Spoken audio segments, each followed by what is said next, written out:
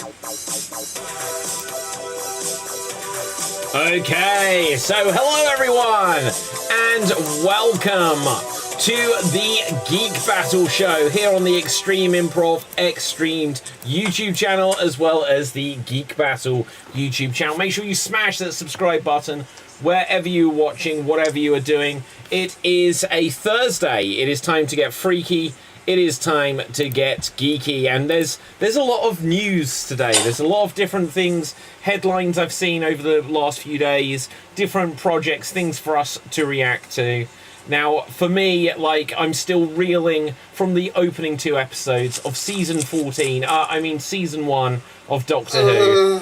And there's all kinds of new stuff. Apparently there's a new Terminator series which is going to be on Netflix in 2 months' time, and I didn't even know it existed. Nicolas Cage is going to be playing I think live action version of Spider-Man Noir, and we can dig into all of this. But first of all, let's meet the freaks and geeks among us, starting with Capelthave. Say hello to the people, and in our introduction round, if you have a random geek trivia fact in the quest to be this week's Geek of the Week. Cap. Hail from the land of leopards, elephants, and crocodiles, and also mummies! I'll talk about that later. And please yes, don't. I have Capelthave. I will. That's fine, it's fine. My geek fact for today is that I saw The Blood of Zeus, which is a Netflix anime about Greek mythology. There's a lot of stuff that are not mythologically accurate, but what they did in this one is perfect, is that they showed Hades as a very moral Greek god, which he was. He probably did nothing, but Disney thought, hey, he's the Lord of the Underworld, he's the bad guy. Love him in that movie. But mostly Hades was actually the most chilled out god there is. He didn't do all the stuff that Zeus did. The only thing they said is that he kidnapped Persephone, but even though we're not sure it was a willing thing or a non-willing thing. But other than that, Hades was a just god who helped out humans a lot. He even gave the 3-headed dog to Hercules, and he helped that musician get his life back. He's mostly a generous guy. Not bad for the Lord of the Underworld. Yeah, no, I agree. I'll give you a bonus point. I don't know what you're talking about there. Right, so, you got the point, you get the point. Dave, say hello to the people. Hello to the people, I am Dave MC here in Paris, France, and talking Doctor Who a little bit, the Daleks did not instigate the Time War. It was the Time Lords that instigated the Time War. Both sides had prophecies. The Daleks' prophecy was an ancient enemy of theirs would engage them and kill them all, and the Time Lords had the prophecy of the Daleks destroying life in the universe. But the Daleks didn't instigate the Time War. It was the Time Lords that started the war when they sent the Doctor back to prevent their creation. Yeah, but why did they... Hang on, this is a whole chicken and the egg thing. Why did they send the Doctor back to prevent their creation?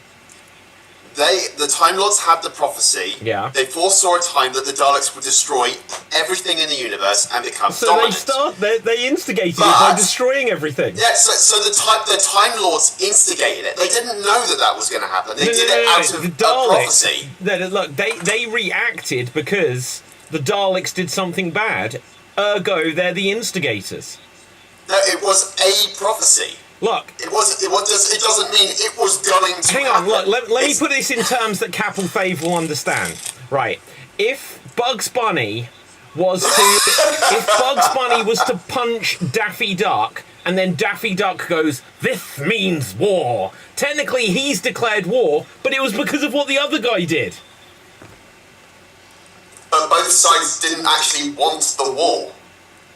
Cap, back me up on this. I mentioned Daffy Duck. Although here's the thing, Bugs Bunny, whenever he declares force, it's like that scenario where the other guy who punched him. He doesn't usually stop. Exactly. There was an audio. I know you hate them, David, but there was an audio episode. Non-canon. Agents of Chaos. It is canon. The Time Strategist, who was the leader of the Daleks, he said to the Time Lords, "You started it. You did this. You started the war." And what Bugs authority Bunny has is nothing he? to do with this. What authority is this Time Strategist? Read a book, people. Okay, Gerald, say hello to the people. Don't touch grass. I don't understand that. I don't understand that idea. Right. Okay. Hello, everybody. I don't know if this is necessarily trivia, but it's sort of a... Is it trivial? To me, it's... Well, it could be. Supposedly, Netflix has just confirmed that they have ordered Happy Gilmore 2. Yeah. It's only going to come out roughly, right now it's 28 years since the original. Wow. So it's going to be upwards of 30 years. So that, when I heard that, I was like, that can't be real. But I found a whole bunch of articles that supported that. So it's an interesting choice. It is, well, anything old is going to get a sequel or a remake. I wonder, I don't know, perhaps we can ask ChatGPT or something to give us an incorrect answer. But I wonder what the longest gap between a sequel and the original is. Do you know, Dave? You're muted. Hang on, I've got something for this. What do I know? Oh, I wasn't paying attention. Oh, I was looking on the internet. I was looking on the internet. Who started the Time War? Was it the Daleks?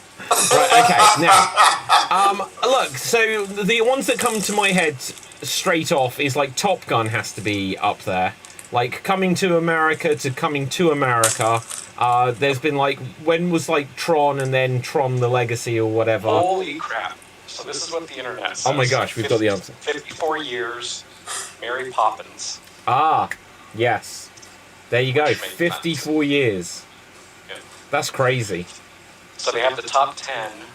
Let's see what number 2 Okay, is. yeah, what's number 2? Well, what the hell? Why did it say 54 of that? So, sorry, Bambi. Bambi is the one. 63 years between Bambi 1942 and Bambi 2 in 2006. Wow. Fantasia and Fantasia 2000, 59 years. Wow. Mary Poppins was third. Okay, so that's live action, so I actually give that one a bit more credence than the others, because animation is like, how did they bring back the same cast looking the same? Yeah. You know. And if you can believe it, number 4 is Killer Shrews and Return of the Killer Shrews, 1959 to 2012. Okay, let's up the ante here slightly. Bambi is animation. None of the same cast came back, probably. Mary Poppins, yeah, they may have had Dick Van Dyke just make a cameo at the end. But what is there, like Tron or like The Matrix or Top Gun, where it's the same cast returning? But do we have any of those on that list? X-Men 97. Mostly. Well, it's animation, so... So I don't think this could be, because I think one of the actors was dead by then. There's Easy Rider and Easy Rider, The Ride Back. And then the only other one that's not... Ghostbusters.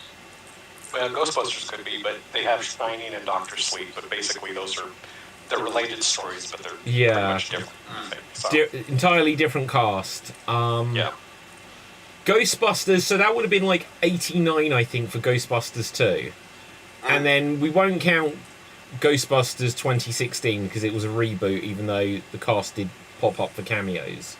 So that would have been like 2019 or 2020 for Ghostbusters Afterlife, I think, or 2021 was it?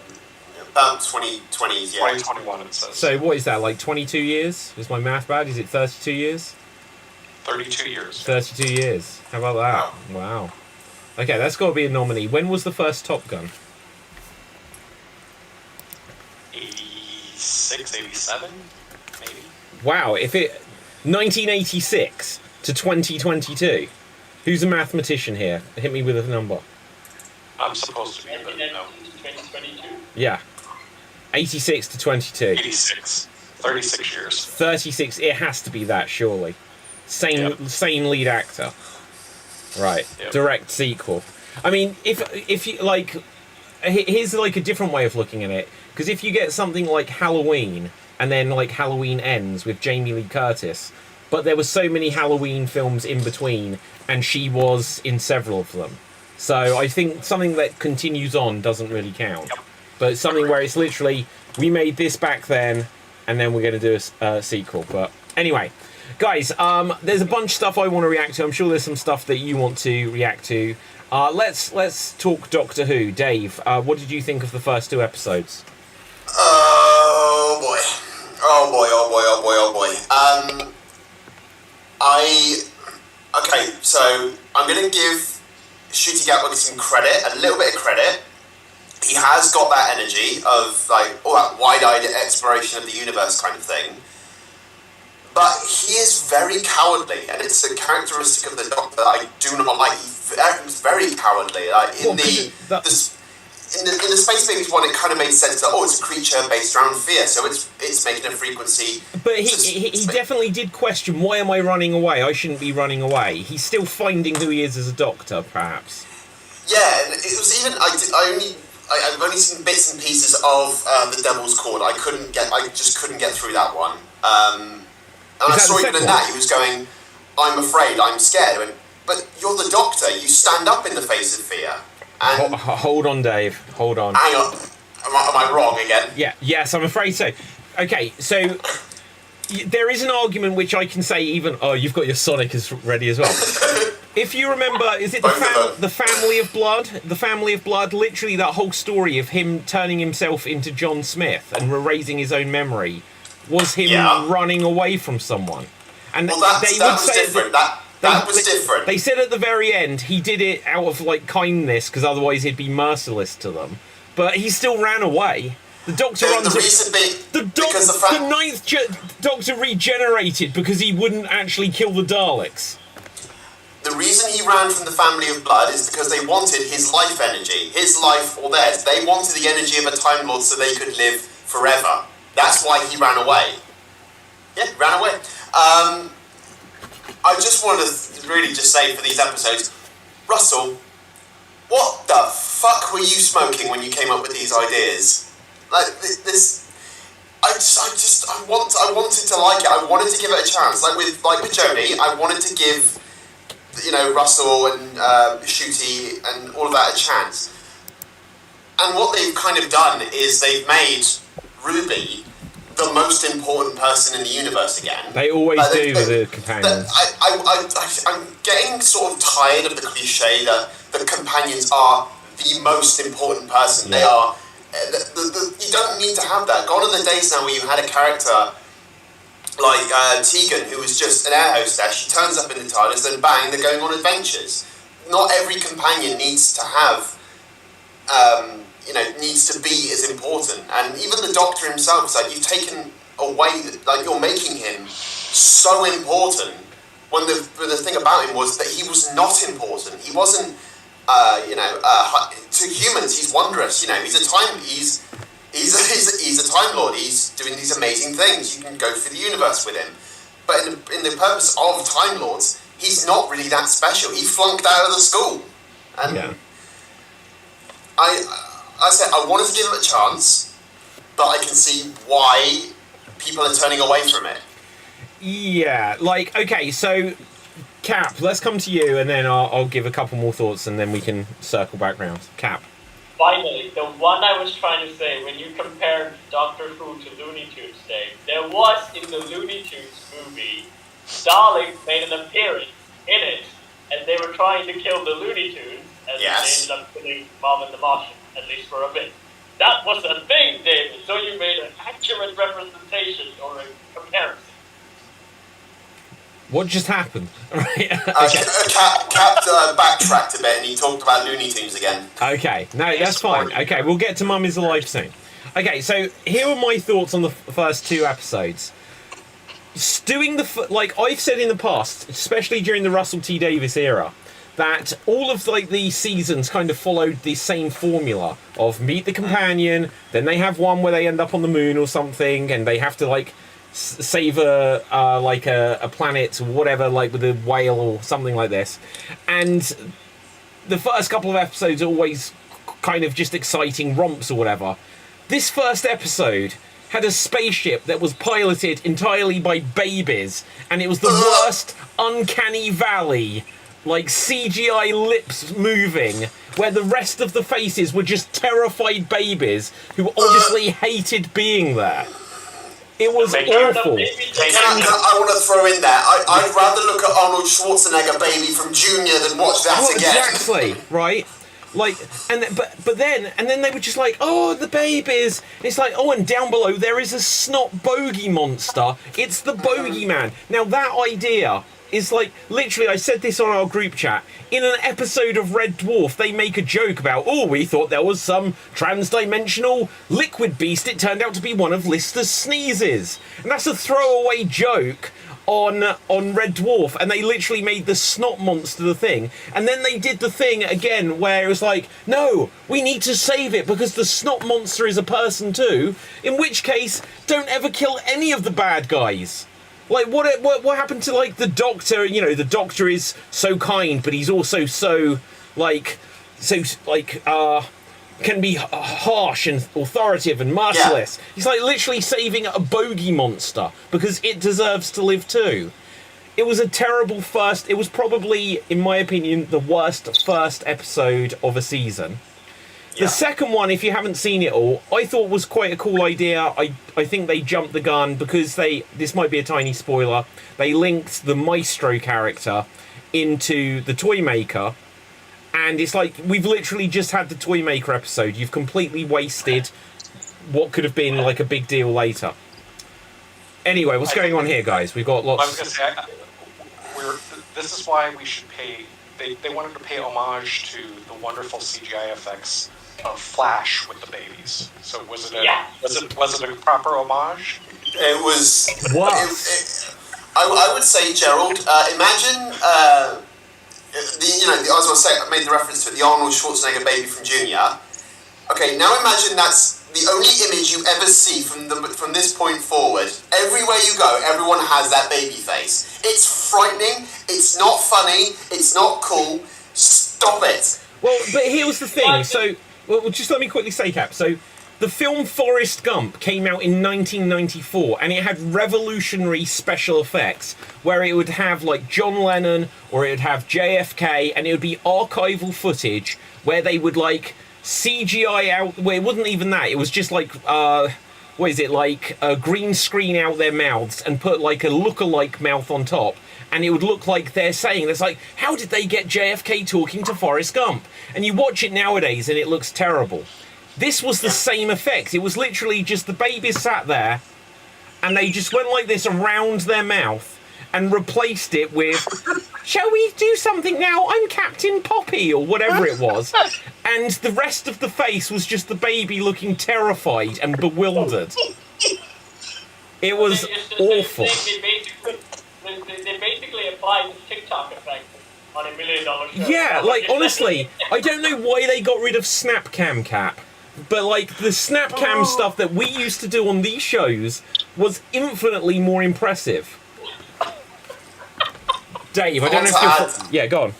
Yeah, I want to add a bit more onto the Doctor Who thing, is that I'm probably... I don't know if you're the same, David, but the Timeless Child stuff doesn't need to exist, and they don't need to reference it either. Yeah. You know, that is one of the worst choices that's been made in Doctor Who, and we had the Candyman from Sylvester McCoy's era, you know, and having that, which was the turning off point for a lot of fans. Why would you keep referencing a point that you're not going to make us like it?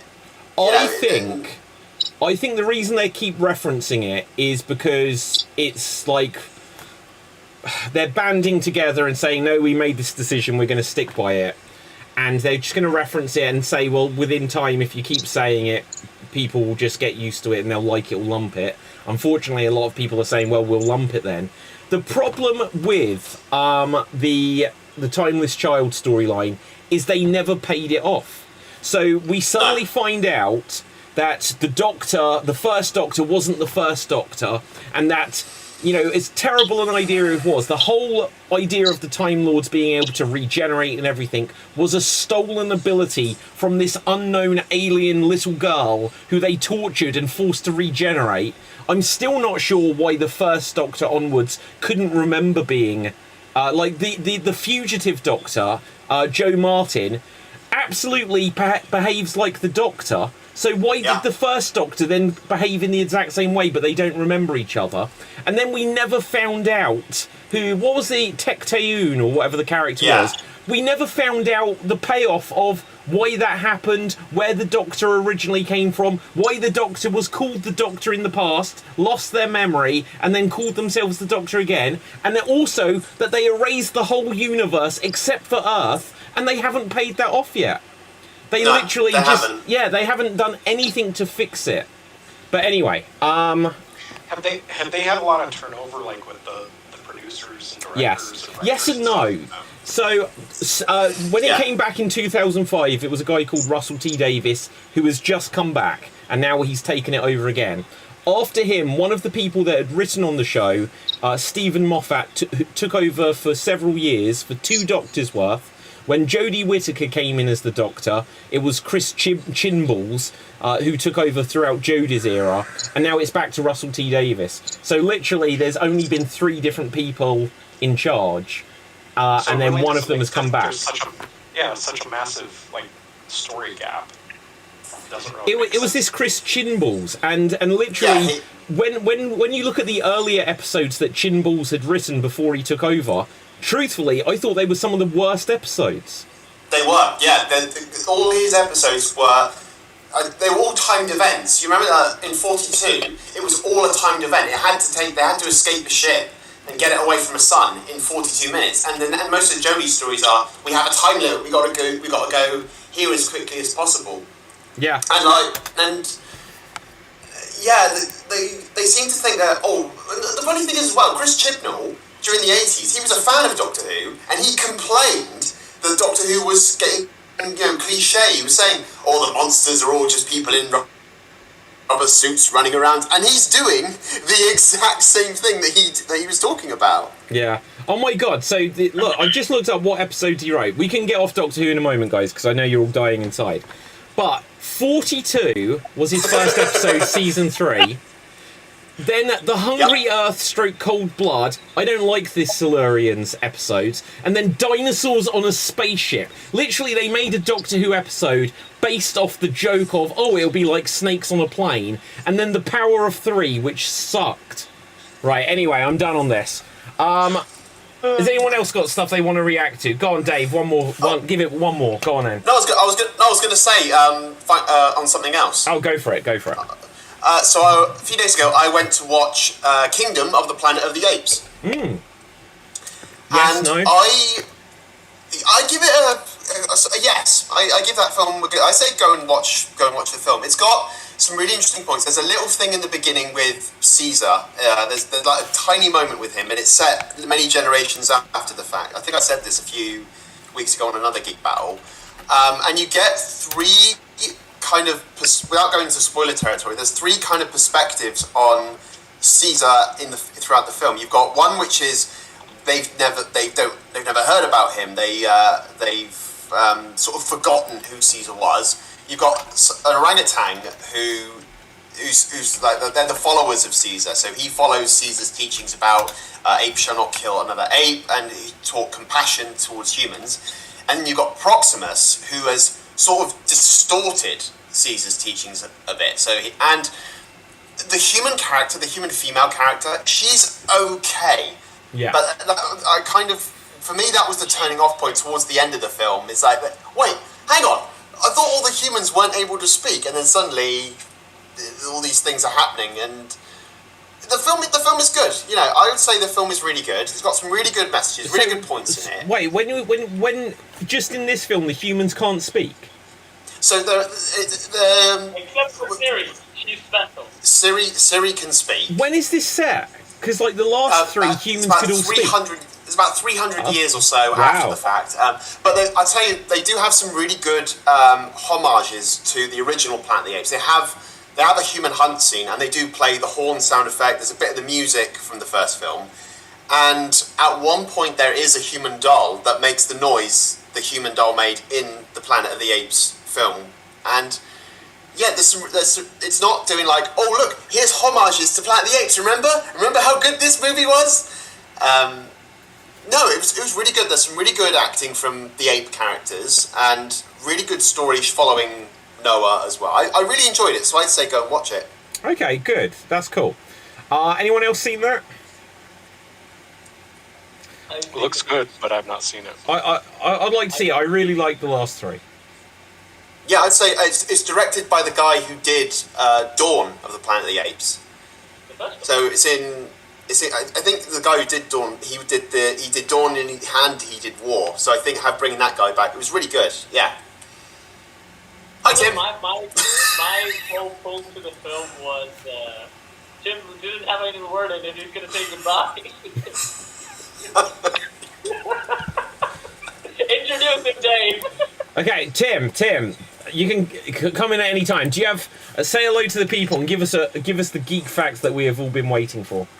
Hello to the people, and geek fact is there's a reason why when you water has some really cool things about it, in that it helps with a planet's habitability, and that's the reason why when scientists are looking for our form of life, like a water or carbon-based form, it also looks for water, because water is one of the only materials that expands as it freezes, so it floats on top of something that is warmer if it's colder, as opposed to other things. If it gets colder, we know that molecules tend to become smaller in that space, and so it sinks because it's above. But water does that, and water also has this thing called surface tension, which it has a little bit of pressure that keeps it from spilling over sometimes.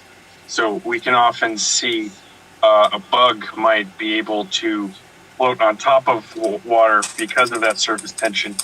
They just move their fingers or their legs really fast to float above it. But that's what I have for a nerd.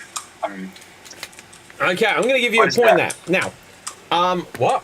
That's the Doctor Who screwdriver. Oh yeah, no, we've got them earlier. Cool. We're The just sonic resting on screwdriver? them. Yeah. Sonic screwdrivers. Oh, I have a Milwaukee offset 12-volt screwdriver. It is amazing. Yeah. It is amazing. If I had it in the car, I'd show it to you right now. It looks like a laser pistol. But anyways. Oh, fantastic.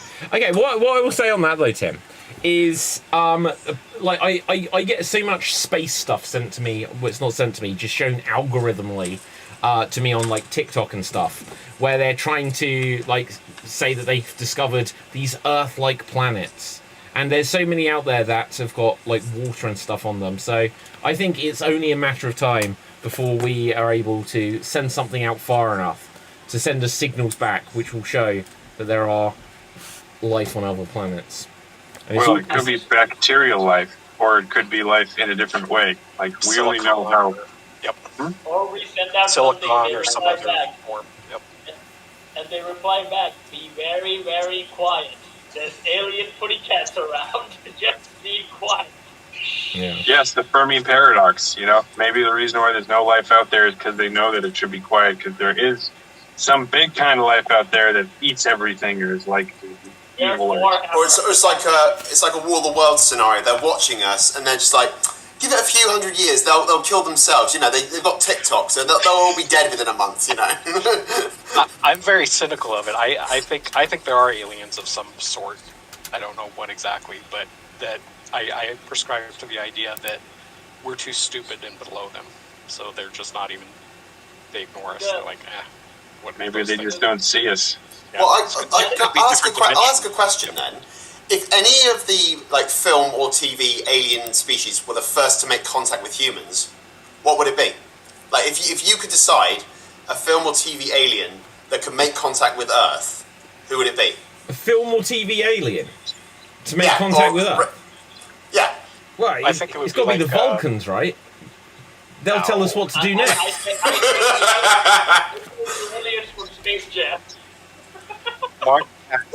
Tax aliens. Wait, does the alien woman from Or Marvin the Martian, specifically. Marvin the Martian. That's the one we should make contact with. Does the alien woman with the 3 boobs from Total Recall count?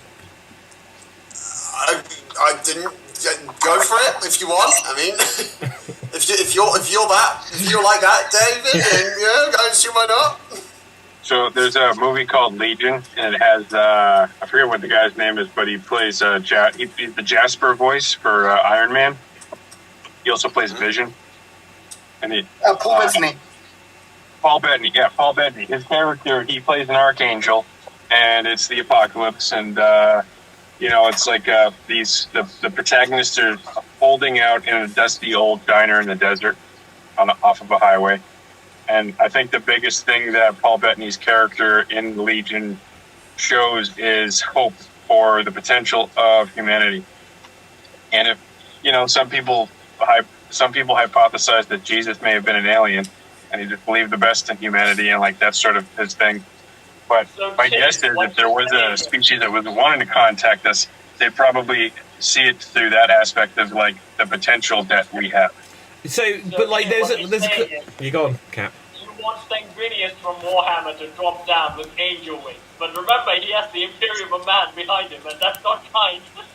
Look, there's a couple of so if you remember Prometheus, basically it was the engineers, these alien things that put life on Earth, and if you remember Stargate, it was Ra and like the people of that first world they go to in the Stargate movie that are the people that caused life on Earth, like the Egyptians and everything.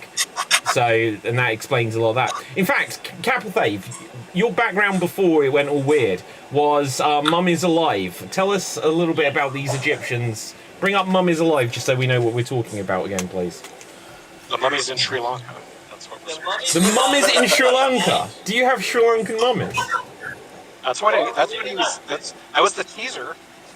This was probably the first cartoon TV show that I saw, which ran on the local channel. It's a 90s show actually, but I saw it in the 2000s. It's a show called Mummy's Alive. Basically, it's the time era where Brendan Fraser Mummy was all the craze, and internationally it was selling well, so like, we're going to do a mummy show, and they did this show. It's basically just a kid who's a descendant from a pharaoh, and all these guys are basically the guardians of that pharaoh, who just mummified in New York for some reason. And when the kid realizes that he's, the descendant of something, and the evil scarab wizard is after him, the mummies come back to life to protect the young kid. And that's basically the show. It's the kid and 4 mummies to protect him. And they got all these powers from different gods. So the eagle guy got the power of Ra. And they all say the Prince of Ra, the power of Ra, they transform into these god powers from the Egyptian mythology. That's Chakal, that's the leader of the mummies. That he basically has the power of Horus, and I think he's the power of Bastet. I don't know who the snake god is, but I know the other guy with the metal arm had the power of Amon.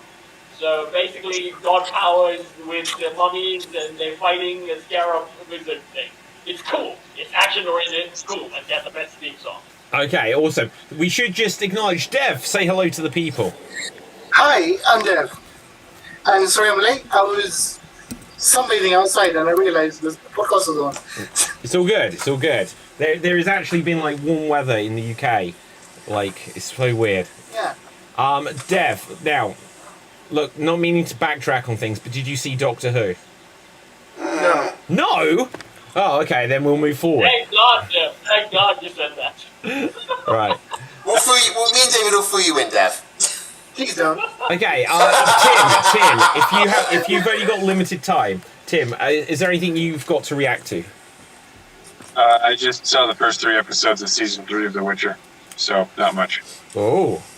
What? The Witcher season 3 is out? It's been out since 2023. Oh, okay. So what's the new one? Season 4 then, I guess. Yeah. So with seasons 4 and 5, I guess I'm hearing the Ciri character talk a lot about her experience with it. She's ready to move on, but I don't know. I haven't seen much this week. It was a little bit busy. Yeah. No, I understand. Well, there's a bunch of stuff which they've announced out there in the world, new things. One of which is there is an anime series coming to Netflix of Terminator 0. And it's going to be on August 29th to tie in with August 29th being, I think, Judgment Day or something like this. And it says,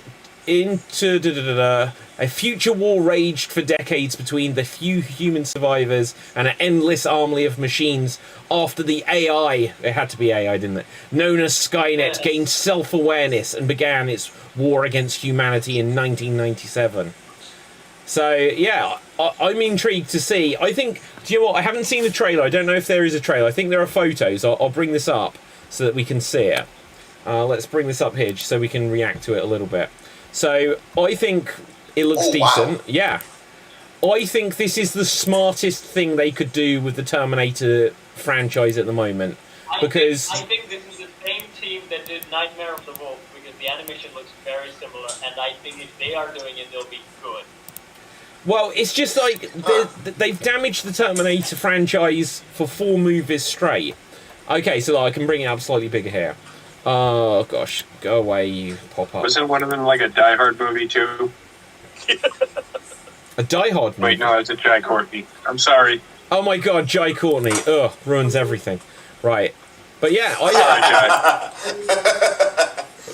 But I think whatever, I don't know what this is going to be like, but I think this is the smartest thing they can do to try to move Terminator on, because their only options other than this is to make a reboot, which isn't going to compare well to the original, or they'll try to follow up one of the many threads that they've started, all of which with Terminator Salvation, Terminator Genesis, and Terminator Dark Fate. They have all announced this is going to be the start of a new trilogy, and then they just go in a different direction every time. So making something that's radically different, like an anime, I think is the smartest way, just to put some breathing space, something fresh, and put a new lick of paint on it. And then also you can do this kind of storyline, right, where like it's not just John Connor that the robots trying to kill, there's some other targets out there too, and then they're coming for them, and then it's basically a retelling of that same story. But yeah, but that's what Dark Fate already was, when they just killed off John Connor in the first minute. No, don't kill off John Connor. Just admit like they're different sort of people in strategic position who can be a problem to Skynet. Like basically the self-defense guy. Oh, this guy, this military guy. That just makes it sound like they couldn't afford John Connor. Yeah, but well, if you want a series where they kill off John Connor, go check out my fan fiction on Dave MC Unlacked. Literally, all they I don't know what happened to the Terminator franchise, because Terminator 3, Arnie turned up and he's like, "I killed you." And then Terminator Salvation, the original script until it leaked, was that they killed John Connor, take his face and stretch it over the dude from Avatar's face. That would have been awesome. Then, no, that was the worst idea imaginable. Right, so then he's literally just becomes Leatherface. John Connor is just Leatherface. Yeah, but David, hang on. Then Terminator Genesis was literally John Connor's dead and is now the Terminator. And then Terminator 6 is literally, we're going to kill this child in the opening minute. And it's just like, why? He's the hero. Just okay, so since Terminator 4, I know what the issue of the Terminator franchise is. Each movie, they're trying to do a movie without a core component. So they'll have one movie without Arnold, one movie without Sarah Connor, one movie without John Connor, and see which one works. And the only one that worked was the TV show. Yeah. I didn't. Nah, the TV show sucked, and I'll tell you why. I quite liked it, but all it did that classic TV show adaptation thing of where it couldn't move on. Every single episode there was a new Terminator. It was like, I like Smallville, but it's like every single episode there was someone else with kryptonite superpowers. And in Terminator, every single episode there was a new Terminator. They'd grab each other by the shoulders and push each other through walls, just recreating the fight from Terminator 2 in every episode. Anyway. Yeah, but it's a formula that works, like Power Rangers and The Flash, and You can't compare the Terminator to Power Rangers! Yes, I can! No, you can't! They both have robots. Yeah, they got robots, that's fair. But one of them is like a Japanese show where they refilmed scenes with teenagers on a budget, and the other was like the greatest action film ever made. So Power Rangers was good. What TV show did Terminator make? Sorry? So Power Rangers was a good movie. What TV show did Terminator make? Which TV show did Terminator make? I don't understand. Yeah, Lena Headey was in it for a season, so Summer Glau, who was, Summer Glau was the, woman in Serenity, who was the sister of the doctor guy. Oh, yeah. The Doctor? Yeah, so I think it only had one season. Not that Doctor. Wrong Doctor. Now. Yeah. I would say, like, in anime, those robot fight scenes, look extra cool because, like, you can do more than just, push, wall. Yeah. You can actually do some neat action scenes with anime.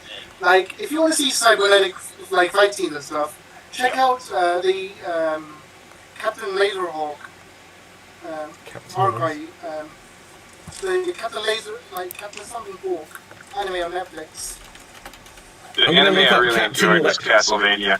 Like, the action pieces from that, like, when I was seeing clips from X-Men 97 where Wolverine and Nightcrawler were fighting things, it was like, I didn't see it, the full series, but, like, it would be good to see some, like, Terminator sort of action like that. Very dynamic, a lot of movement. Do you know, cool.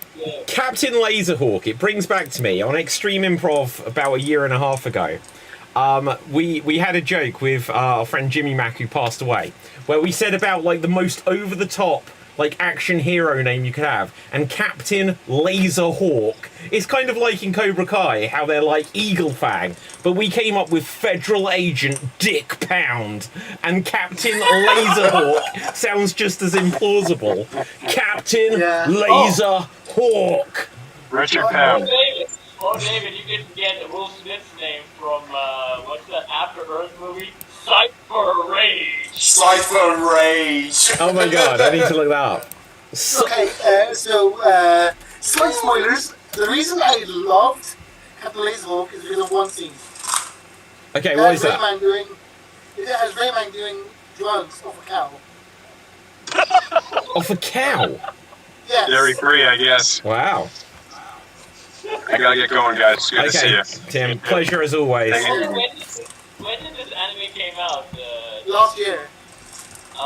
It looks a bit like the last season of TMNT 2003, but that animation looks exactly like that, which I like. Yeah. I thought this was a 2000 show.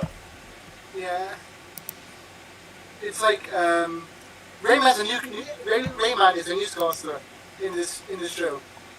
Rayman. Yes. What? As in the video game character? Yes. Really? Yeah. Ooh. Why? So, because he hasn't done a video game in years, he needs to get the money somewhere. So that'll be Sonic and Chip and Dale. He hasn't done anything. Oh my god, that was the best thing ever. Yeah. This movie is set in the Ubisoft multiverse. Ah, okay. Splinter Cell, Rayman, Assassin's Creed, Cody Rhodes for some reason. Cody Rhodes? Yes. The wrestler? Yes. What is this show, Captain Laserhawk? This sounds like the best thing ever. Captain I'm gonna make Laserhawk. that my Slam Jam. Cody Rhodes. No way. Oh my god. This is the best thing ever. Yeah, hang on 1 second. Let's bring it up. Open in a new tab. Oh, it's small. I'm going to have to resize. Okay. Captain Laserhawk. Right, there you go. Wow. I have to see this show now. That's going to be good. Definitely. It's amazing. It's my favorite show from last year. That's great. Oh, hang on 1 second. Looking at this picture here, why is nipples so big? Like, what is this? Look at those nips. You have to watch it to find out. Yeah, well, of course. My nipples are growing just in the excitement of it. Yeah. I love that in G.I. Joe they literally had the wrestler Sergeant Slaughter and just like made him the size of a rock. And then when I really saw the actual wrestler Sergeant Slaughter, he might not be in his best years when I saw him. I was like, that's a small guy. Why is he Wait, you think Sergeant Slaughter's a small guy? Yeah, comparatively. Like now he is. Look, Sergeant Slaughter, he defeated Hulkamania, I'll have you know. Hang on, look, Sergeant Slaughter is not a small guy. Look, hang on, we need to put right what once went wrong. This is like proper quantum leap stuff. So, here is Sergeant Slaughter stood nose to nose with Hulk Hogan. That is not a small human being. They're standing on boxes. No. Okay, so my geek fact of the week, right? My geek fact of the week that Dave just made me remember. For Rocky 3, Hulk Hogan had to stand on a box. Why? Because he was billed as 7 foot. Underlips was 7 foot tall. Oh, okay. Whereas, Talking yeah. about wrestling, David, have you seen the Guardians of Justice with Diamond Dallas Page? I have not, It's no. like a superhero. It's actually sort of entertaining / it's odd to say the least. Guardians Yeah, it's, of Justice, Diamond Dallas it's on Page. Netflix. Yep. And what's it on Netflix? Jesus. Yep. No, but it looks awesome. Yeah. It has the older style CGI, or like not necessarily CGI, but like effects, special effects and stuff. It's sort of fun. No, that's a cool costume there. Oh wow. It's Birdman. It is Birdman. Oh my god, you're right. Birdman. Yeah. Okay, I remember. What else have we got to react to? Because I remember that there was a load of stuff I've seen, but I've now closed. Apparently, there is Hawkeye season 2 has been greenlit. What's your thoughts on this? Okay. I liked the Great. first one. I thought it was like one of the last good MCU things they did. Yeah, but that was after Spider-Man. Yeah. Hang The on. weird thing is, right, with Spider-Man and Hawkeye, a scene in Hawkeye took place at the exact same place Spider-Man was during the movie. So I was like, they're happening at the same time, but they're not crossing. So it was very Yeah, but confusing. they do this even in the, so Dave, take your headset off. Take your headset off now. It's about X-Men. Spoilers. Okay. So in X-Men 97, right, they kind of show that the Avengers and Spider-Man and all these characters are part of the X-Men world. Again, it's the problem because you have a world-ending threat on X-Men. Why isn't Thor just going and like, down, problem solved? Yeah. I'm not like that. It's the What's the problem. episode? It's the problem with all of the MCU, and it always has been. Of like, why don't the other characters come and help? You just have like Captain. So in the show, right? Spoilers again for the audience. They're gonna missile launch and destroy asteroid M. You have Captain America and standing side by side with the President. It's about to launch some warheads. That's all it is. Tony said, the calculations are wrong, by the way. If you shoot that thing, it'll fall to the earth. Nothing. They're just Yeah. I feel like Spider-Man's okay because like he's probably not that powerful, so you can't do anything most of the stuff. His reference is fine. Most Daredevil was fine, but like if you bring the Avengers, everyone's gonna ask, why not Thor banging you with the hammer and problem solved? Yeah. I mean, was it Spider-Man Far From Home where they were like, was like, oh, it can't be me. Where's Captain Marvel? Off-world. You know, so they tried to address these things a little bit, but the amount of times they've had to kind of give the excuse of, well, this person's unavailable or something like this, it's difficult. And then also you have the problem of who cares, like literally, who cares about Daredevil or Hawkeye? They have no powers. They're useless. You know, if they came to save me, I'd be like, no, try again. This is not what I ordered. You know. Send me a proper hero. Yeah, absolutely. You know. And then what the hell are they going to do after Secret... Like, the MCU is in such a conundrum. Like, Deadpool will probably be its own thing. But what's going on, guys? Oh, we're telling Dave. Oh, okay. Right. Come on, sorry, I was invested. No, it's all good. Right. Deadpool 2 will probably be fun in its own way.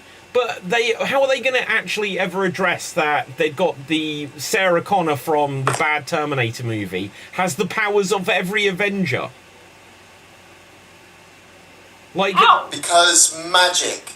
because magic. Well, because there was some like super serum where they'd got the DNA of everyone. She's a super Skrull. Yes, Yeah, a super Skrull, and she could literally turn into Dave Bautista and have his tattoos, and everyone was like, that doesn't make sense, but she can literally have any of their powers at any moment.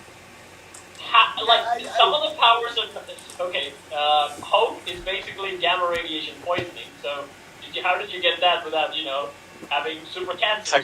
Technology. Yeah. Okay. What about Thor? He's a question. god. How did you sanctify a mythological figure? Well, it's not. It's so like in the comics, it's not all of the characters. It's specifically for the comics. It was the Fantastic Four. So it was invisibility for Invisible Woman, Human Torch, Fire, the Thing like Rock Hard and stuff, and then or Mr. Fantastic, where he's sort of like Elastic.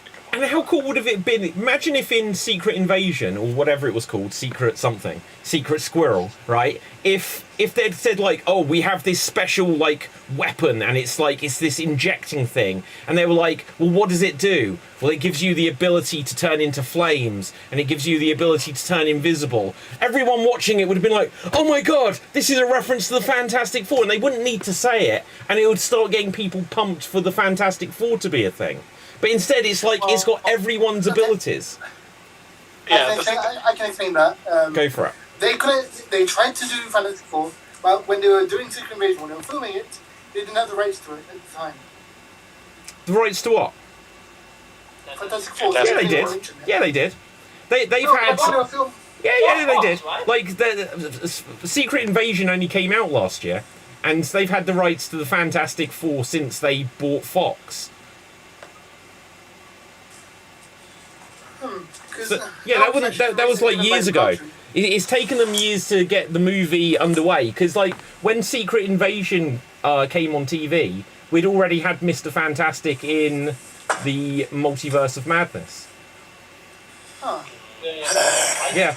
I think again the reason why for me the MCU became so unbearable is because like the power scaling is killing me. That's my problem. You just the easiest way, like even in Spider-Man, right? You said they're off-world. Take them out. Just like take out the big things. The Fantastic Four is fine because like they're not going to destroy the Earth in one punch. So okay, that's good. I would say again, Daredevil and Spider-Man may not be the perfect heroes.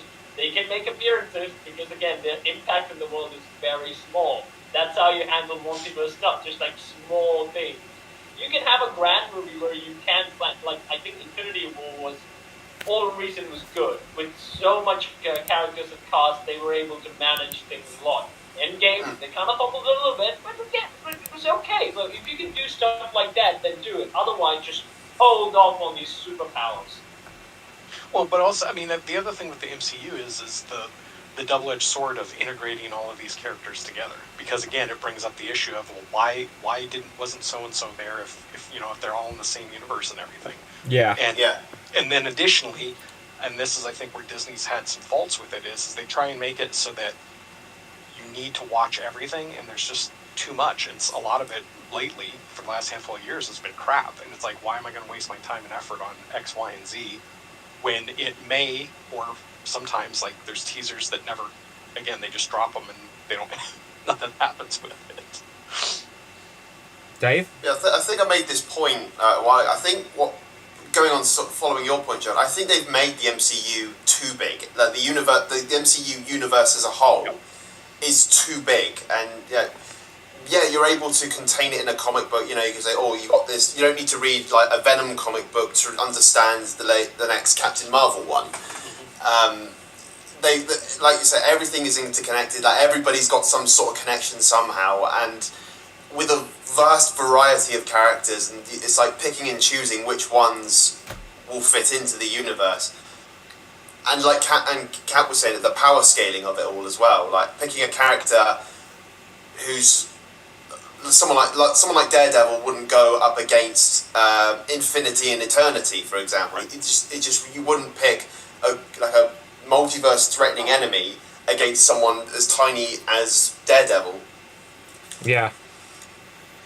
And I think it's easier in comics to be able to sort of pull those together, because they do them roughly once a year, give or take a little bit, depending on like how adjacent the characters are.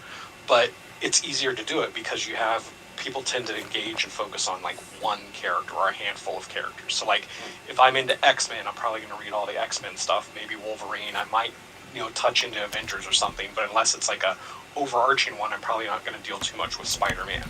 And then same with Fantastic Four and Venom and all these other things. So I think it's easier to engage and disengage than movies and TV shows and everything else because it's just like, yeah. Yeah, because if you want to have like a movie, like keep each movie separate, but still keep them together. Like have movies like Avengers. Avengers did it. What I mean by is that you have movies like Avengers where everybody is together. You know, you've got the big threat and everyone's all fighting together.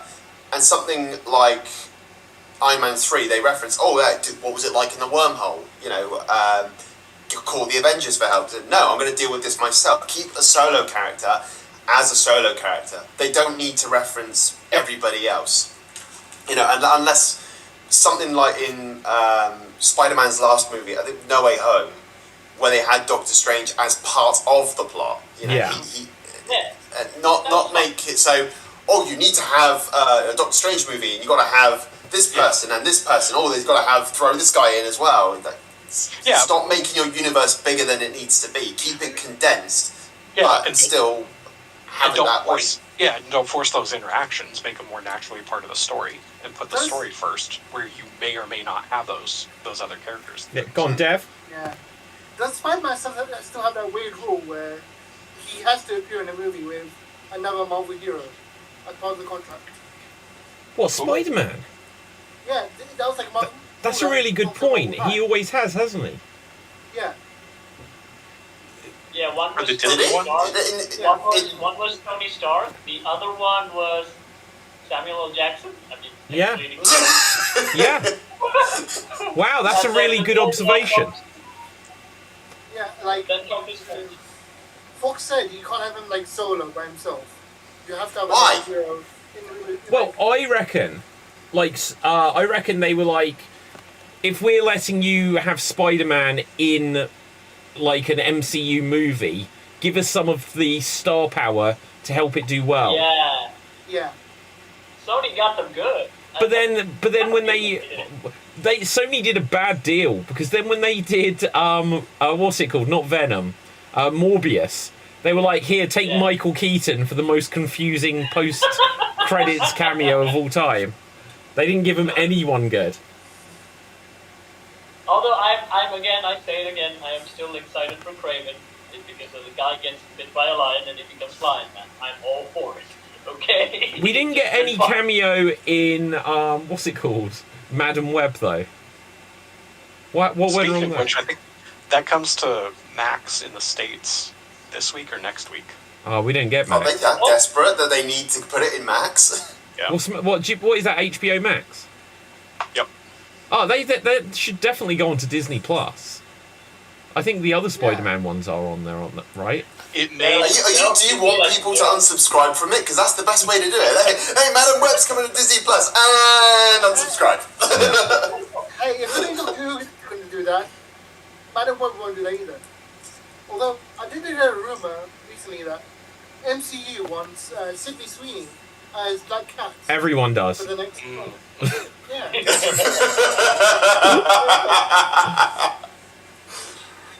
Also, quickly going back to Hawkeye 2, Season 2. Did you guys hear the plot for it? No, tell us. It's the raid. The what? The what? It's the raid. Oh, the raid. It's not what I thought you said. Stuck in a building. Because of budget constraints, they're going to be stuck in like one location and fight through it basically. So, okay, so is that... I'm trying to think. So is that basically like... What is the raid? Is that like in a big building, like Die Hard sort of thing? Yeah. Ah. Hawkeye stuck in a building. Hans Fight Gruber's through a cousin building, has like, taken climbing over. up. Hans Gruber's cousin. That'd be great. Yay. I genuinely didn't mind Hawkeye. And look, the Hawkeye storyline, where it was... there's Kingpin, and he's a bad guy, and there's one of the Black Widow spies who's a problem. You didn't question, well, why doesn't Thor turn up? Because it was just a soldier dealing with like hand-to-hand combat criminals. Not every MCU thing does need to be we're going to destroy the world. Yeah. And if you remember, keep it condensed. And if you remember, like the original like first few films about getting the Infinity Stones, it's they're after an object, and a lot of people would be like, well, who cares if they get this power crystal? What does that even mean? rather than it's like, well, I'm going to immediately take over the world. If it was that like some villains were playing chess and they started to do that, well, we need to do this so that we have this resource and we need to do that. And imagine if after 5 films you're like, oh wait, so they got that in that film and they did that in that film, and when it all comes together it's for some bigger plan. That would be a way where they could make it so it's not always I'm taking over the planet.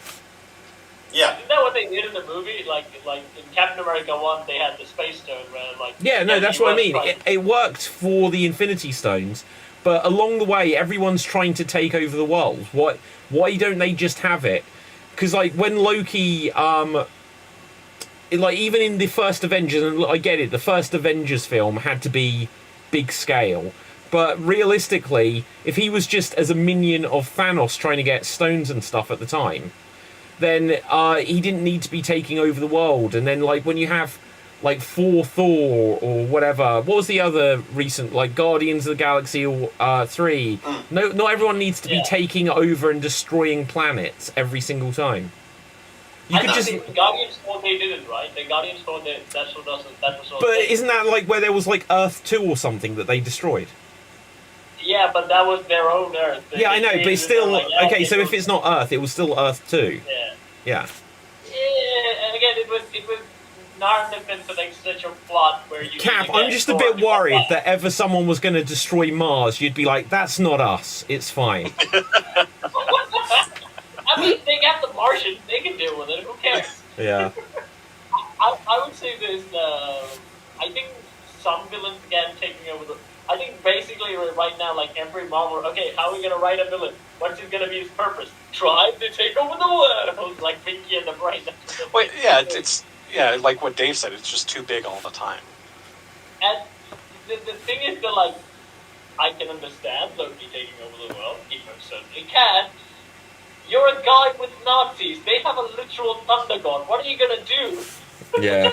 So that doesn't make sense. Yeah, it's saying they're going too big too quickly, trying to grab our attention. Like with having Kang in Quantum Mania, yeah, he didn't necessarily need to be there.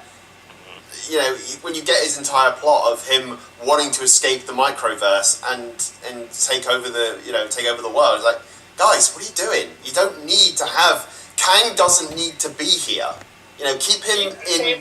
Like, if you want to have bits of him in Loki, fine, go at it, hurrah, all power to you. But in something like Ant-Man, you've got to have just Mordok in it. Have him trying to get back. That's all you need. He became the biggest... Even if you got the bad CGI big head, you don't just keep it like that. I'll agree though, Dave. Like Mordok or whatever he's called, right, would have been a better sense to that being the main villain of Ant-Man 3. And it fits the silly world, but all I have to say is that Kang became the biggest jobber in the MCU, even though he was set up to be the biggest Thanos. Like, Loki, so we got loser Kang getting his ass whooped in every episode, and even their savior is like, I'm always fidgeting. I don't know anything to do. Again, jobber. Okay, no, but Kang. Run, jobber. I'm going to defend Kang here because reasons. The one. Okay, so the Kang that lost in Quantumania was the problem Kang anyway. That was hated by the other Kangs. So they got exiled by the other Kangs who were much stronger. The Kang we saw in Loki, worked eternally, was a good Kang who, like, just retired and wanted to do stuff. But then, all the Kang we see get with their ass whooped by everyone. So, like, get the weak ones out of the way. Powerful. Just wait so for the scary it. one is there. It's like Skeletor saying, "You won't get me next time, He-Man." Just runs off. That's the thing. To quote Jeff Goldblum, just because they could put Kang in it doesn't mean that they should. Yeah. He doesn't need to be in every Avengers. Yes, we know he's a time traveler, or he's just everywhere. Like, okay, fine, but he doesn't necessarily need to be in the film. Look, the problem with Kang though is obviously they had a major problem, to put it like that. So things went wrong with the actor, and it looks, we don't even know for certain what their plan is, but it looks like they're not just going to recast, which they kind of could do and should do in a sense, but because otherwise it just means that they've got a weird dropped storyline, you know. And whatever happened in Loki season 2, where it's like, oh well, that's kind of ended now. It's just like, but you introduced this big character who is now going to, obviously you thought was going to be your new big bad, and now you're literally wasting whatever you've built up, which wasn't much, because frankly Kang had only been a thing in Loki season 2 and Quantumania. But it also means that whatever they are going to pivot to, they're starting from here, and it means that they've gone through an entire phase where it hasn't actually laid the groundwork for anything. Cap? I would happily appreciate if Deadpool just kills him. Sorry, say that again, I missed Out of the that. bat, just kills him. Just kills Kevin Feige and takes over. Happy with it. I still can't get over She-Hulk, where they had a robot called Kevin and did all of that stuff. That was the biggest example of something they could do but they shouldn't do, because it didn't fit the tone of anything. And there is a chance that Deadpool is going to create problems, because if they're like, you know, we've seen that they've got like a giant Ant-Man skull and stuff like this. If they do things in Deadpool which absolutely acknowledge, well, this whole thing is just a movie and it's silly, but here we see Captain America, Chris Evans, come back and he's now with Deadpool, but they're acknowledging, hey, didn't you play Johnny Blaze or whatever before? They could literally crumble everything that they've built up for 15, 20 years or whatever it is now, if they're not careful. And they have to be so careful.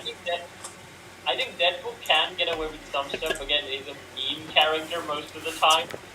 Not like She-Hulk, where you can't kill people. They can basically, Deadpool can kill Kevin Feige, and that's it. We all have free will now. But you know, you can say that. For as many problems as the Fox X-Men films had, they had a couple of cameos over into Deadpool, but they never brought Deadpool into the others, because they were like, the tone isn't going to match this. You know, we have to play it so careful, and so they didn't damage it. She-Hulk, they didn't say, oh, this is a side story that doesn't count. They were like, yeah, everything that's happened, and I know I always give this example, but like Iron Man died, and it turned out it was just these arrogant writers in the writer's room, and they were the ones that really saved the world and killed the world and all of this stuff.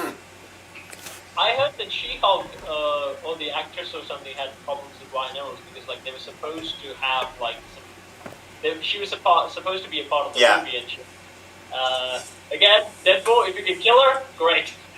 Wait, so it's a whole thing with Ryan Reynolds is the actress for She-Hulk and Brie Larson as well. They're having disputes because they cut scenes with Captain Marvel and with She-Hulk from the film. Yeah. Oh, what from? Not entirely sure. Not entirely sure if they're actually She-Hulk full actress segments. plans to sue Ryan Reynolds. Yeah. Oh, hang on. This. Oh, wait. This is from a not necessarily reputable YouTube channel, so I won't name it though. Right. Okay. Let's have a look. I think I know which one it is though. Tell me later. We're on YouTube. I don't want to get into any YouTube wars with people. No wars, please. Yeah. Go to Unlagged and can play there. Yeah. But I would say the problem is you made it into a different thing where you brought all these personalities together, and again, you might have problems like that. Like a lot of people say, okay, fine, I don't care, cut ties, they just move on. Again, fighting for She-Hulk, I don't know why she's fighting for She-Hulk, because like the season sucked so bad. So she would have been like, you know what, I don't want to do anything with this, I'm going to make real TV and go bye. Would have been fine. But again, that's the problem with managing too many balls in the air, if you catch my drift. I just want Deadpool to destroy the Eternals. Oh my god, yeah. Deadpool was the reason the Eternals couldn't stop Thanos. It's just Deadpool was there the whole time playing like Twister with them or something. Like, and again, even when you play the multiverse card, right? If you want to kill it, you can say, okay, this is the part of the MCU where everyone's hooked up to the Matrix, and there's one guy who did it. We kill him off, and then everyone's free. Do that. But again, that goes back to my point of you've made the universe now too big. You know, you've having the multiverse. If you want to put the multiverse in, keep it as condensed as what you've created. Don't just go, oh, here's Captain Carter, she's in this universe. Oh, here's Tom Cruise's Iron Man in this corner over here. You know, it's like you're making the universe way too bigger than it needs to be, and you haven't built up to it. You've just thrown this like main course meal at us. You've thrown us this family-sized pizza at us and expect us to eat it all within an hour. You know? It's the start of the start when they finished Endgame and Disney Plus came out. Everyone's like loving for superhero stuff, and they were like, "Yeah, you love superheroes, right? How about these guys? Yeah, we don't care about them. We're here for Iron Man, Loki. Okay, they're in this series." Okay, here's the funny thing, right? When Iron Man first came out, nobody cared about Iron Man. No one did. Yeah, absolutely. I agree. He was like an unknown character. But but you know what? So when they made that, one, Jon Favreau is a good director and did good stuff with it. Two, they had the perfect casting in Robert Downey Jr. And also, really cheap as well. Sorry, and who? Really cheap because of what happened to him in real life. Well, yeah, I imagine so. And so it was like, wow, and it was very fresh. And then even though people didn't know Iron Man, because it was the first one, and then we did get Incredible Hulk quite quickly, but then they were having to be like, well, we've got Thor, who people know but no one wants to see, and we've got Captain America, who people don't really want to see. But because they made good films, there wasn't anything else. But now we're at the point where they're like, well, we made all these unknowns great, so we're going to give you all these watered-down iterations, She-Hulk, Ironheart, whatever else they've got, the categorically Eternals. Failed. Yeah, the Eternals and all this stuff. But it's like, but now we live in a time where we're like, but hang on, we have had good stuff. Iron Man came at a time where we'd had Spider-Man, we'd had X-Men, and there were Batman films. But this was something brand new starting. But now we've had all this good stuff, and the things they're putting on top of it are watered down characters that are versions of the characters we do want, and we're like, well, we don't want this. And also the stories generally are bad. Okay, Gerald. So like part of it is like in the greater outside of comic book world, nobody really knew who Iron Man was, but Iron Man was one of Marvel's big characters. I mean, if you look at that, like the Eternals, who in the hell are the Eternals? Now, if you have diehard comic book fans, they're going to know who they are, but I when I first saw that they were talking about a movie for it, I'm like, well, that's going to flop because who cares? They're not iconic characters. Like, you look at the other iconic characters, you have Spider-Man, you have Captain America, good, bad, or indifferent, Thor, and some of these other ones. It's when you start getting again to like some of those further out there characters, or especially that you're, with, again, Eternals, I don't know why the hell they did that one. Obviously, there was something they were going to try and do to do it, but I couldn't name off any of those characters' names. It's not something that interested me. Icarus. They've been around for a while. Say what? Icarus? Was that one? Jeff. And at the end, they said, wasn't it like, this is Star Fox, not the Nintendo character? Yeah. And it was like Thanos' brother, but he's not purple. Yep. Like, nothing in that film made sense. Go on, Dev, then Cap. Do a battle roll. With the Eternals, like, if they put Cersei in, say, Endgame, instead of just as one of the like new Avengers, instead of playing Eternals, it would have been better, because in the comics, Cersei was known as an Avenger. Nobody knew the others, but at least Cersei was known as an Avenger. So I think her show up in Endgame or whatever would have helped, and like, because everybody else in Eternals, and if she did well if she was well received in Endgame, then have Eternals instead of the other way around. Well, I mean, to me, you just look at the sales numbers. Like, with what Marvel is selling, when's the last time there was an Eternals comic book, and how did it sell comparatively to your other, again, like name brand, really big stars and stuff. And again, it's like part of it's the story and stuff. The Eternals, like visually and everything, go back to like Kirby when he was basically creating it, like in the 60s and 70s, and it has that huge vibe. So I mean, it has a place in it, but it's more, to me, it's more historical as opposed to like relevant to modern day comic, movies especially. Mm. I also think like if you look at Iron Man, right? No one knew who Iron Man was, but like look at that poster with the red armor. You're gonna look at that as a kid. You say, I want to see that. Like the trailer, the whole fitting thing. Like even if you put Ironheart, put two of them together. Show Ironheart armor and then Iron Man armor. Yeah, and that one's cool. I'm not buying that. Okay, that's what you're gonna go for. And that's what you can do like characters, but I always had problems with the Inhumans. They always say, "Oh, Blackboard and stuff are very good." I look at the costume and go, "Ugly. I don't want it." Okay, if you can coolify certain things, that would be great. Even look at Thor's costume, right? Like the ancient Thor costume was like very different. You're gonna put that like, yeah, I'm not really sure, but it's like we're gonna little digitize a little certain things. It looks cooler. Just do upgrades, people. That's all you need to do. Go on, Dave. I was going to say, like, following like the unknown stuff, like, the one I mostly have imprinted in my brain was Ghost Rider, with Nicolas Cage. When I never heard of Ghost Rider until like one day my dad just said, "Look, we're going to watch a film. We're going to watch this film called Ghost Rider." Okay, Marvel's name's on it. I've never heard of this character, and as soon as I saw that, I'm still very interested in Ghost Rider. I've loved that since that film. That skull on fire, cool. I want to see more. Yeah. I think you're dead on. It's like the iconic visual. Yeah, the iconic visual of it is the thing. And with so many heroes and stuff, you don't have there's a ton of stuff going on, and there's almost so much going on that you can't really focus and sort of associate with a key aspect of it. So. And that's why, like in X-Men, right? They made the movie. They did the first movie, and everyone's like, Wolverine, great. Screw Cyclops. He's gonna be the leading character in the whole series. I don't care about the cartoons. I think, again, by that movie standard, it's a wise decision. Even though, like, I was okay with Cyclops and stuff like that, because I saw the cartoons first, so I can't. I mean, Wolverine was in the cartoons, even the X-Men '97.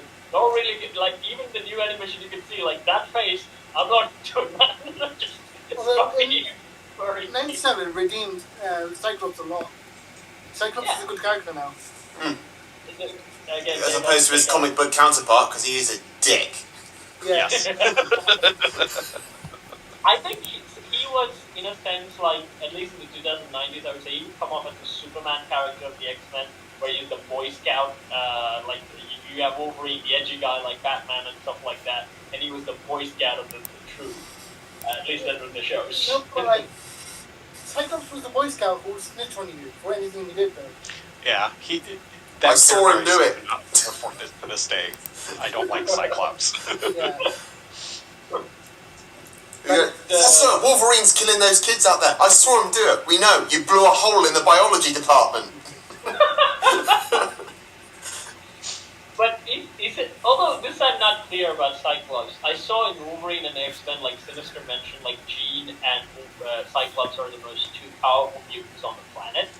I get Jean. Cyclops again, very powerful race. You can shoot him and he will die.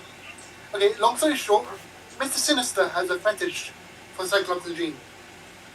Oh. That's the only Because he wants their baby. Literally.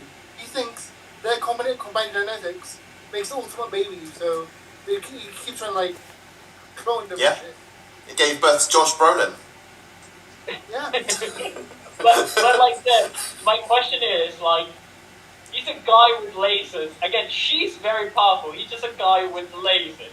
I mean, if you even Wolverine, right? Combine their genetics. If a baby with Jean's powers and a person who can heal, great, no weaknesses. Hurrah! I don't know, with what you said about the adamantium skeleton about a few weeks ago, I think there'd be a shattered pelvises all around, I think. Yeah. So, Kat, Scott's power is literally, like, apparently, his eyes are a portal to another dimension, where all the concussive energy is stored.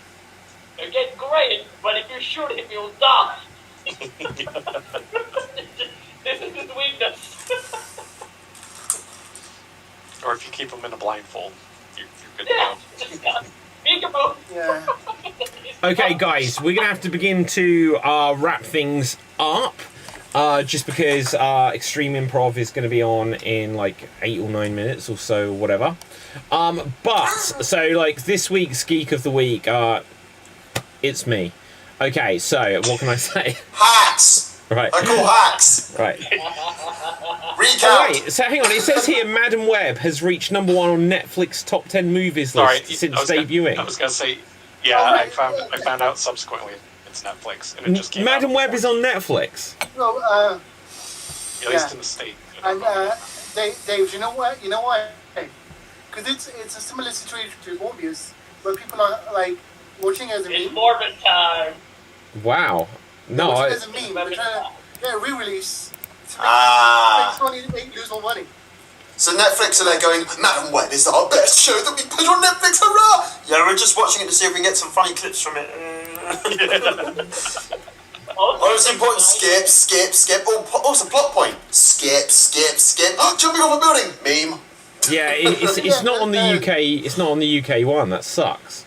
Yeah. Well, okay. Here's another thing. Like Dev, you're in the UK. Like, has Blue Beetle ever been aired on anything? Because that came out ages Sky ago. One, I think. It's on what? Sky Box. Oh, okay. Oh, on box office. But like, it's like everything else has come to streaming. Like, it came out not long after Flash, and I suddenly remembered a couple of days ago. It's like I haven't seen Blue Beetle anywhere. It's good. I like it. To me, it was a pleasant surprise. So I just checked. You can buy it on Amazon. Ain't happening. Right, I'm not buying it. I'll wait for it to be free, but I won't buy it. Okay, let's go around. Guys, we will end with our outros round where you can tell the people where you can find you. But if you have any geeky recommendations for the week, by all means, impart them. Gerald. Instagram at Gerald Geek, right there. Geek Battle, and sometimes Extreme Improv. I won't be on one after this. My recommendation is I just read Kingdom Come, which is a series that came out in the late 90s, early 2000s. And it basically is a DC thing. It has all the big, superheroes, Superman, Batman, Wonder Woman. And they retired for like 20 years, and Earth sort of went to hell, and it's them sort of coming back and doing stuff. And again, that interplay between Batman and Superman that you have, but highly recommend it. The artistry is incredible. It's all done with AI. No. With watercolors. Oh, wow. Yeah. Fantastic. Dev. They can find me on TikTok and Twitch under the name FWDAT. And my geek recommendation is Corrective Measures, which is a superhero movie set in a prison starring Tom Cavanaugh, who was the Reverse Flash, Michael Rooker, who was Yondu, and Bruce Willis. Wow. Okay. Is it old or is it new? 2022. Okay. Wow. It's going to be one of the many Bruce Willis films that they pumped out before he retired. Bruce Willis' final movie. Is it? I believe. Oh. Have you seen it? Yes. Okay. Out of interest, what's Bruce Willis like in it?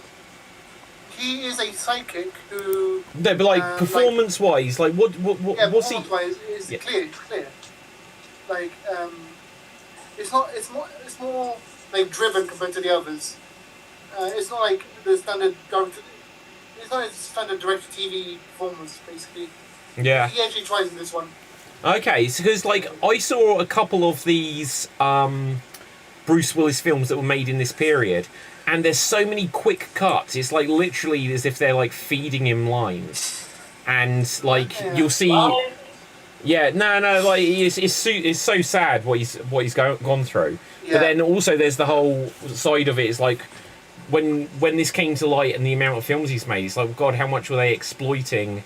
And then you were hearing stories that they'd get him into a film so that they could get funding. Oh, it's a Bruce Willis film. And then there'd be like, he'd turn up and they'd say, oh, we're filming with you for 5 days. And his agent or whoever would be like, you've got him for this morning only. And they'd have to be doing rewrites just to get as much out of him as they could. And yeah, it's this whole thing. It's quite sad. Cap, where can the people find you? you can find me on Sword Thieves or things like that. So there was some of the bucket and I worked with puppets. And this Sunday there will be a video about the X-Men 97 because the show has dropped. I haven't fully seen it. So it's my weird review of it. It's not really a review, but it's an odd, fascinating review. I mostly talk about odd, fascinating, funny things that I found on the show. And also, my recommendation is Mummies Alive. It's a 90s show, but it's a good-looking 90s show. So the animation's good. They probably remastered it, so check that out. It's very cool. Dave, check it out. Okay, Dave.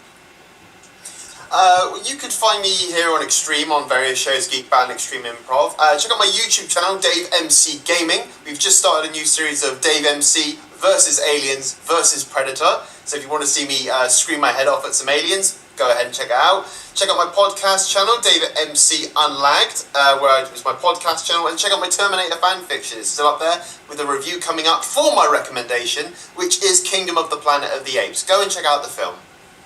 Okay, Joel? Something real quick, just because you said aliens, Marvel has Wolverine versus Aliens that just started comic series. Oh, that sounds cool. That sounds cool. Don't know, I mean, it's got potential, but I don't know. I haven't read it yet. Okay, so my name is David Pstansky. You can find me on Facebook, Instagram, and Twitter at David Pstansky. You can also check out any of my YouTube channels, including the Geek Battle one, the Geek Battle Gaming one, which probably tomorrow is going to overtake the Extreme Improv channel in number of subscribers, which I feel I have mixed feelings over, if I'm completely honest. Tomorrow there should also be a video on this. This is a Street Fighter 2 plug and play, where it's just really weird and garbage. And I'm going to quickly tell you as a teaser why. So here's the joystick, and it doesn't work, and the character cannot jump diagonally, and that makes it really hard to play Street Fighter. But somehow I beat the game with it. And then I fixed the joystick. You go on. Would you rather play a Street Fighter game with that or the Power Glove? Probably the Power Glove, because in theory all of the buttons work. I will tell you now, I have opened this thing up, and there was a piece of plastic which restricted the movement of the joystick, so when you went in a diagonal, it wouldn't be able to go far enough to jump left or right, and I've literally had to remove part of this device physically so then you can play it. It's crazy. But anyway, and with that, my geeky recommendation this week is, just check out Doctor Who from this last week if you haven't seen it, and then check it out again this weekend, because I think Stephen Moffat has returned to write it, so who knows if it'll be good or bad. Time will tell. So anyway, until next time, make sure you smash that subscribe button here on the Geek Battle YouTube channel, as well as the Extreme Improv Extreme YouTube channel. And with that, until next time, stay safe, always stay